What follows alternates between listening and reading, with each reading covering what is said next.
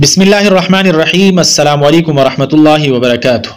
ज़िंदगी की हाजतों और ज़रूरतों के लिए खुसूसी दुआ।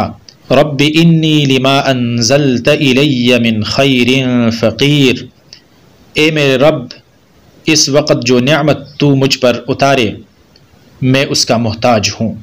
सैयदना अब्दुल्लाह इब्न अब्बास रज़ी अल्लाहु अन्हु फरमाते हैं, सैयदना मूसा अलैहिस्सलाम जब मिस्र से निकले तो उनके पास खाने की कोई चीज़ न थी।